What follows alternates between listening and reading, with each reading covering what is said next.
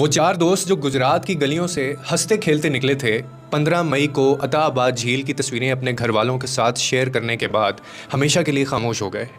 گلگت بلتستان کی سنگلاخ چٹانوں کے درمیان استک نالہ اور گنجی کے بیچ ایک اجڑی ہوئی گاڑی، بکھرے وجود اور ایک لاش جو پتھر سے ٹیک لگا کر شاید آخری سانس لے رہا تھا۔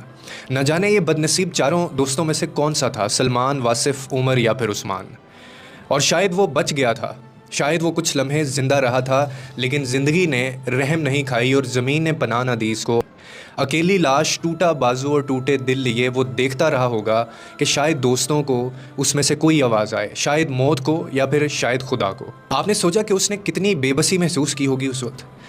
ان لمحوں میں ماں کی آخری دعا، باپ کی آخری نصیحت اور بہن کی آخری ہنسی اور بھائی کی دوستی، یہ سب اس کے ذہن میں مووی کی طرح چلا ہوگا اور آنکھوں کے سامنے چلی ہوگی۔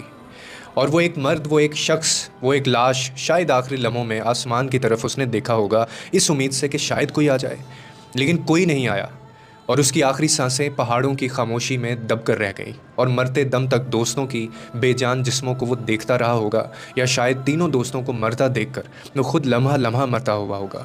سب سے آخر تک زندہ رہا ہوگا وہ شخص۔ کہاں ہیں وہ حفاظتی دیواریں، کہاں ہے وہ سڑک کی باڑ، کہاں ہے وہ الفاظ جو سیاستدان ہر جلسے میں دہراتے ہیں، اور کہاں ہے وہ ریاست جس کے وزیر سیاحتی ترقی کے نام پر بیرون ملک تصویریں بنواتے پھرتے ہیں؟ کہاں ہے وہ حکومتی اراکین جو حفاظتی اقدامات کے فنڈ سے اپنی تجوریاں بھرتے ہیں؟